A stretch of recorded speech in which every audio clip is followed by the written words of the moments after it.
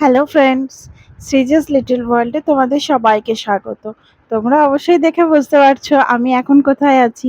রবীন্দ্র সদন নন্দন আমার সবথেকে প্রিয় জায়গা, সবথেকে রিফ্রেশমেন্টের জায়গা, মানে সব দিক থেকে আমার প্রিয় জায়গা। এটা অবশ্য কিছুদিন আগের ভিডিও, কিছুদিন পরেই পোস্ট করছি, একদম সময় পাইনি। চলে গেছিলাম অযোগ্য সিনেমা দেখতে। কৌশিক গাঙ্গুলির সিনেমা নন্দনে রিলিজ করবে আর আমি যাব না, এটা অসম্ভব একটা ব্যাপার।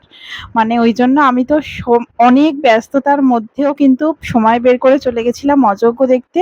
সিনেমাটা নিয়ে বলার কিছু নেই, অসম্ভব সুন্দর একটা সিনেমা। আর এই সেই ফাঁকা সিনেমা হল, ঠিক যেন ভাঙাড়াসের মতন দেখতে লাগে অনেকটা। কিছুক্ষণ আগে এত হইচই, এত আলো, কিন্তু এখন সবই শেষ, সবই অন্ধকার। আর নন্দনে গিয়ে তো ফিশ ফ্রাই আর কফি খেতেই হবে, না হলে তো জিনিসটা কমপ্লিটই হবে না। মুভি ডেট মানে তো কফি ফিশ ফ্রাই থাকতেই হবে, তাই না? তাই জন্য সেইগুলো খেয়ে একটুখানি ঘুরে তারপরে বাড়ি চলে এলাম। তোমাদের যদি ভিডিওটা ভালো লেগে থাকে অবশ্যই সাবস্ক্রাইব করো। বাই।